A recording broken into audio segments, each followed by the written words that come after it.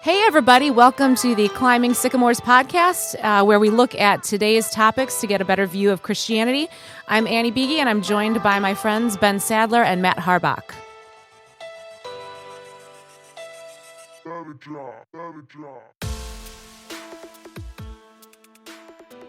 Hey, everybody. The weather has been awful. Dropped 50 degrees in one night. I think that's why I'm feeling a little under the weather.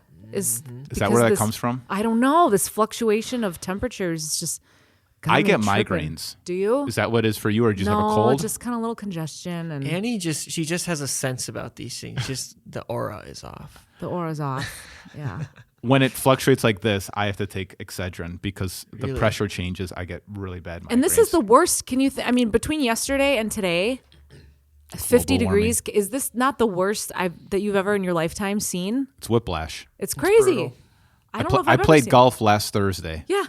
But to be fair, it also increased pretty rapidly beforehand. So it's not like we're way below average, you know. Right. We were just living high on the hog with record high temperatures for too long. It was bound to come crashing down. I don't mind that it's cold in February in Wisconsin, but it's just the fluctuating. This is very, very. Got to ease us extreme. back into it, man. Yeah. Yeah, the highs, the lows. I saw one post that said, "You're drunk, Wisconsin. Go home." Yes. Go home. Yeah. Well, yeah, it's been a lot.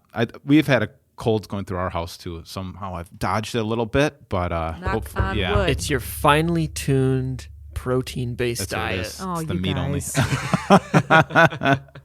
That's a whole nother topic we could get on. Yeah, that'll be next week. Okay.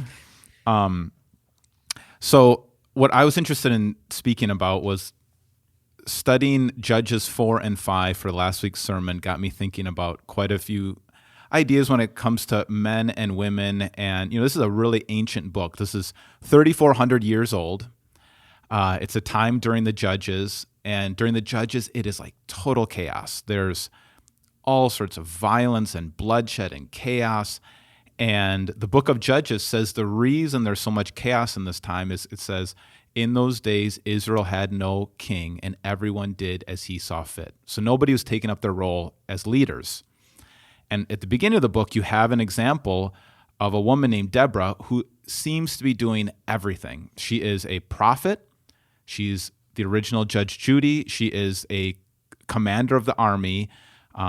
She's a wife, probably a mother, a poet, singer-songwriter. She's wearing all these hats.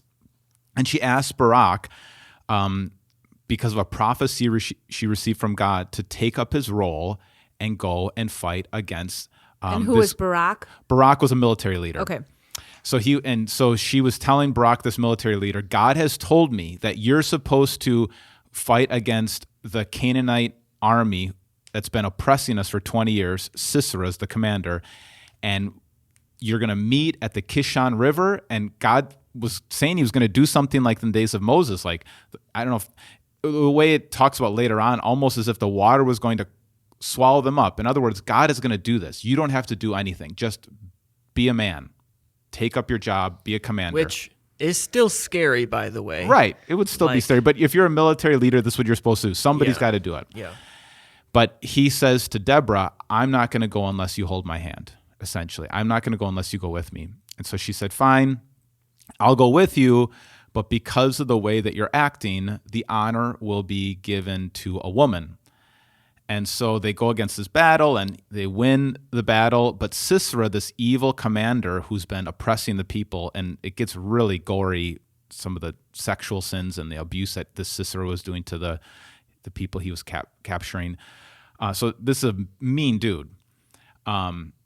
He, like the coward that he is, sneaks away and goes to the tents of the Kenites.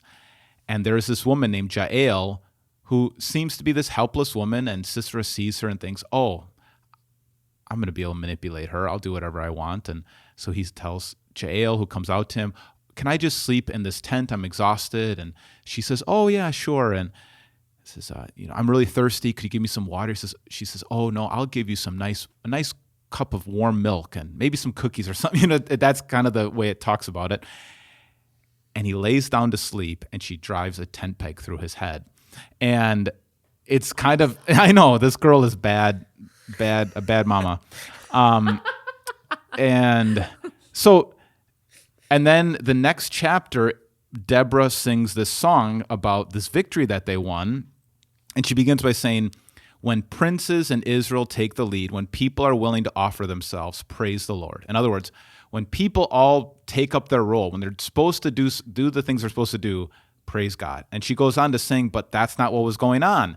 Everybody was shrinking from their responsibilities. Nobody was doing anything that they were supposed to be doing. And because of that, you couldn't go out on the streets. You couldn't go out of your house. Everybody was living in fear because nobody was doing the things they're supposed to do. And so she said, until I, Deborah, arose and led Israel. And I tried to get all the tribes of people to get excited about this and take up their job, and most tribes didn't join the fight. Most men didn't join the fight. Barak did, but he was kind of apprehensive until Jael finally finished this job, this woman who seemed helpless and seemed naive, and she drove this tent peg through Sisera's temple. And so then she praises God that at least somebody stood up. And so it brings out this idea that one of the main reasons that there's so much chaos in the time of the judges is that men were not taking their lead. This woman, Deborah, was wearing every hat possible. And beyond all the hats, she had to also wear the hat of general. And so that got me thinking, how does that apply to our world today? I think men and women, we had a podcast very early on about what is a woman. We just don't even know what a woman is, what a man is, what are their roles, what are the expectations of society. Is there any expectations? And then the other thing that got me thinking, I mentioned this in the sermon, is that for a while in the 90s, the sitcoms in the 80s and 90s, all the family sitcoms had the father figure was a dope. He was a lazy dope, and he kind of made his wife do everything. She was the smart woman who took care of the whole house, and it was kind of funny because, Al Bundy just sat on the couch, and Homer Simpson doesn't know what's going on, and Tim Allen in Tool Time's always breaking things, and King of Queens, he's overweight and helpless, and so that was an appropriate joke. You could make fun of that because that was funny, and it was okay. Now I think it says something that we don't have families on sitcoms really anymore. But so I don't know, where do you guys want to go with that? Those are all the different things on my mind. What do you guys think? Where do you want to start? That's a lot. Yeah. Yeah. So I have noticed that about the male figure in the shows growing up. And my mom pointed it out to me, and I don't know if you guys remember, I may have told you all this, but the Berenstain Bears books. Yes. Okay, like the dad was always portrayed as like the moron. And so my mom, when we would read these books, sometimes she would make me like flip mama and papa around so that it would, just as she's like, this is ridiculous. For a little equality. Yeah, for a little, just, so that the dad didn't always look like the complete bumbling idiot. Mm-hmm. And so that's just another example. But I feel like, The Simpsons, Family Guy, I know, okay, whatever. I do watch it. I have watched it. I grew tired of like just the stupidity of the male figure of the household. Yeah. It's dumb to me. Well, I think it says something, if you're a comedian, there are some things that are okay to make fun of. And there's some things that you can't make fun of that are kind of out of bounds. And the fact that you can make fun of this idea incessantly must mean that there is a perceived truth about it, that, not that we're happy about it, but that this shouldn't be, but it is ironic. It seems to be happening, and it seems funny, but it's really, my point in the sermon was it's not funny.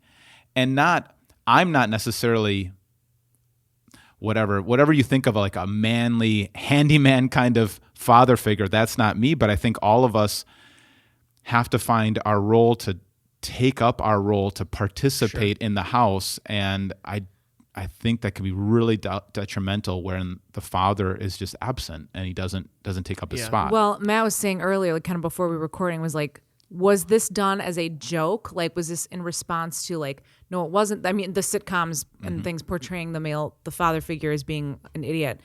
Was this done because it was so contrary to what was actually happening and this was kind of a joke?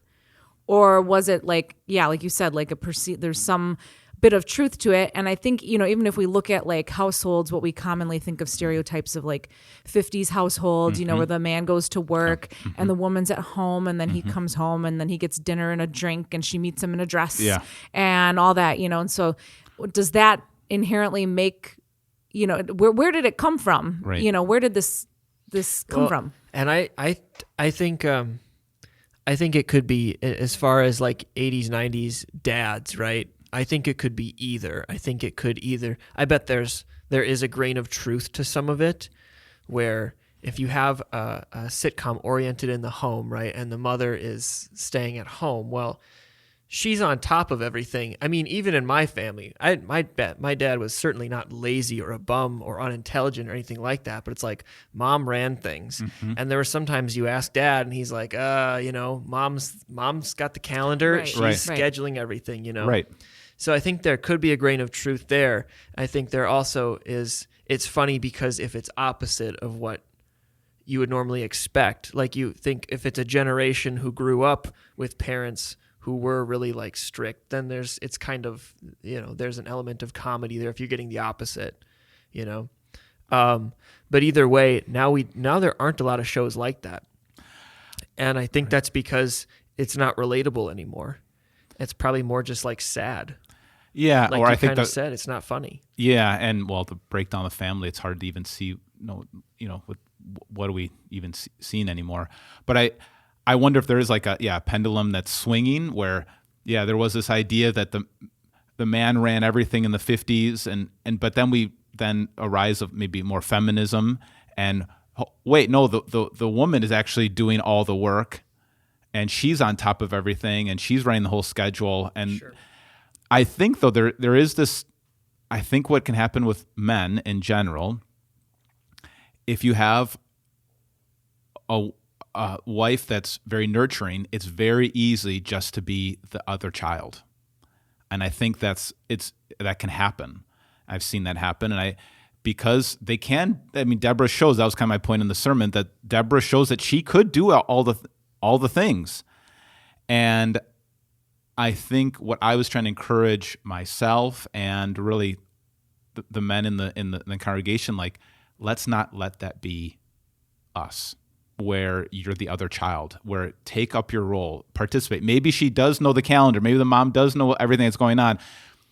But do we really need to just give into that stereotype? Do we need to give into the sitcom? Do we need to just follow that idea and culture? And I think men can do that. I think it's pretty easy just to fall into that, not take up your role, not take up the leadership role, because it means sacrifice. It means doing some hard things. And I think that's what Judges is trying to encourage men to do, to be a sacrificial leader. I don't know. Yeah, I think a big part of it is like the fact that, like, the saying is like a woman can do anything a man can do now. And now it's like, in a lot of ways, a woman can do those things better. Mm-hmm. If you're a man, you might just have a job. You might have a job that doesn't even pay as much as your wife or as your girlfriend or something. And that I think that makes men feel really crappy about themselves.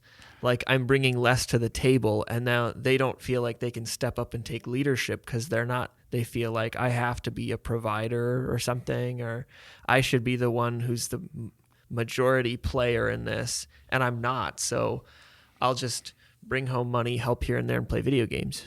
There's other ways to provide besides money. Exactly. Yes. Whether that's cooking dinner or, Mm-hmm. maybe the stay-at-home dad, the idea Mm-hmm. of that, or like, I don't think there's anything wrong with that. I just don't think any one person should be doing it all. And then that talks about, single parent households. Like, Right. that's one parent who's literally doing it all. Yeah. Yeah. Like, there's no, Right. Well, and as a dad, it's like, and I'm, by the grace of God, I'm single right now.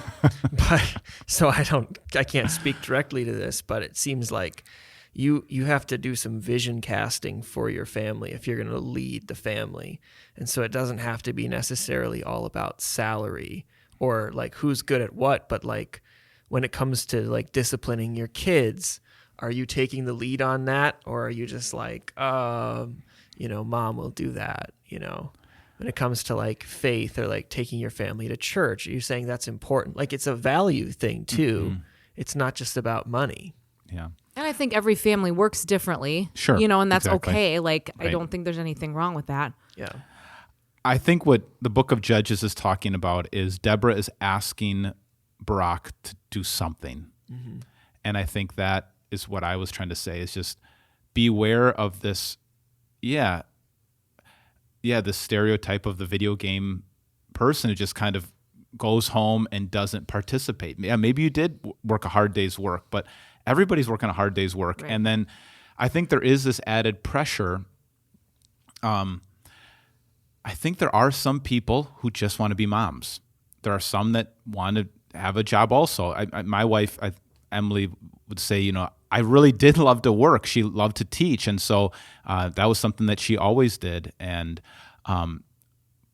but there is, I think, this pressure that you can't just be a mom or can't just be a wife. You have to, have a independent career and do all those other things. And it's just stacking so many things, and there's so many things on everybody's plate. And so there's always going to be things to do. Well, and now it's just too expensive. Life is very expensive. You can't just.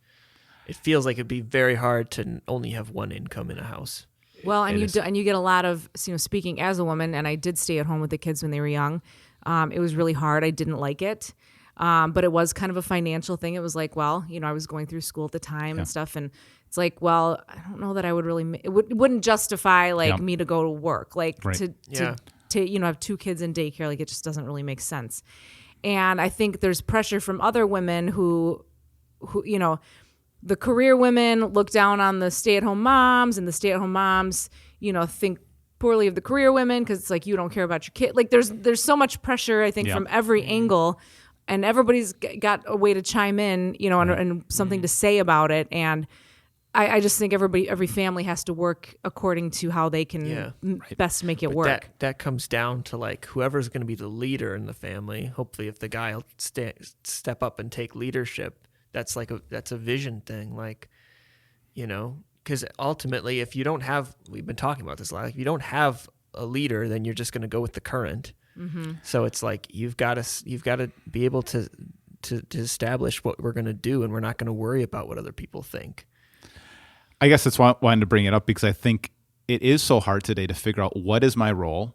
What, our daughter Shelby's getting ready to, she's a junior in high school, but senior year and then college and career. And so what does she want to do? And what do we want to encourage her to auctioneer? That's right. And I think it is just so hard to figure out what is a person's role as a man or as a woman in today's world.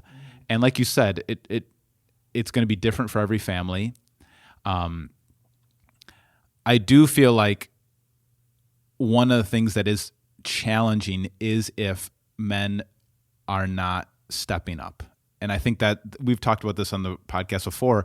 I think that's why Jordan Peterson has been so popular, because he is encouraging men to work hard and get a job and take responsibility for your life. And I think it can be too easy if you're marrying a woman who's taken all the responsibility and doing everything to be lazy. And I guess that's what it seems like is going on in Judges.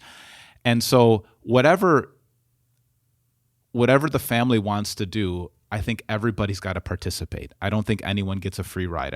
There's just too much to do. Right. I was going to try to say this in the sermon, but I don't think it was going to make any sense. Just, I've been thinking about the second law of thermodynamics, just the reality that everything wears out, that there is entropy. Yeah. And so there's always going to be a lot of work to do.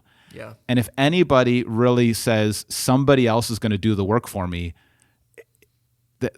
it's not going to work. Everybody's got to do something. Yeah. And so everybody's got a role to play. I think it's just harder today because there's so many options and so many ways to kind of structure your family, and life is so expensive that it's hard to know what your responsibility actually is. Yeah. And I don't know. I think maybe a part of it too is people just are waiting longer to get married or waiting longer to have kids. Yeah. So like you kind of say to yourself, like, I want to be at a certain point before I get married. I want to be have this much money or have this big of a salary. And then you get to that point and it's like, well, I don't want to step down. I don't want to be the partner that has to go to Right. part-time to take care of these kids, you know? And if you have been used to being, this is why I said it, like, this is why it's a good thing I'm single, because it's like, I'm no one's just moving into my life to get a free ride. Like, you can help or you can leave, you know? 100%. So, okay, so you don't agree with that. So Ben earlier today sent us was it a TikTok or reel or something? Yeah. Who was it? There's a girl. She was like, I wish I were a stay-at-home mom. Basically, Yeah, she's like, bring back the patriarchy, you know, like, and so you don't want that type of person, like you don't want, because everybody, you know, that's something. Why would I want you to be a housewife? Here's the thing: I don't get care it. if the house is clean. Have you seen my house? I have. Oh my goodness. Then you know. If you're Tasmanian gonna stay devil. home and you're gonna do what? You're gonna clean? No. You can help me. You can pay rent. But that's, you know what? That's okay. Like, I think that's okay. You know that, like, you know that's Yeah. something that you want more of like you want more of a financial partnership. Like that's something, whereas, you know, there are some people who really, really just want to stay at home. They want to be homemakers. They want to make their house right and cook dinners. Housewife is different than stay-at-home mom. Stay-at-home mom to me is a noble profession. Housewife today, no one's making enough money to afford a live-in maid. It basically is. Yeah. Right. Like- right. There is just a lot to do. I don't think anybody's. The thing that also caught me with this, and I think it's a little bit satirical in the book of Judges, is like this woman Jael should not have to kill the commander. Should not have to nail a man to the ground. That's Can't get over how cool that is. It is Yeah, very but- cool. Bravo. Right. And, she's like, well, if no one else is going to step up and do that. And so I guess that there's something there that. Right, because she wasn't trained. Right. Right. She wasn't supposed to. Supposed to do that. Yeah. Yeah. And so that's what I think. One of the things that I said in the sermon, second service, and I've just told Jonah, like your job, if you wanted to, you could hurt a girl, but your job is to never hurt a girl, never hit a girl. And you're supposed to use that strength to protect. And that doesn't mean that women are helpless at all, but I've noticed that, these kind of distinctions had not been taught. And Jonah he was telling me, he's like, there's guys who are at school or kids I know that hit girls, and like, they don't see that their job is you just never do that. And so I do think there are some of those distinctions where you have different gifts that you bring into the family. And I do think it is a role for a man to protect and use his strength to never, to make people in the house feel safe, never to make them feel scared especially of him. Yeah. And I think that's the biggest cowards in the world, is that when people come home, this male figure in the house makes everybody feel scared because he uses his strength to terrorize and harm instead of to protect. And so I think that's a big part of what's going on here in Judges as well.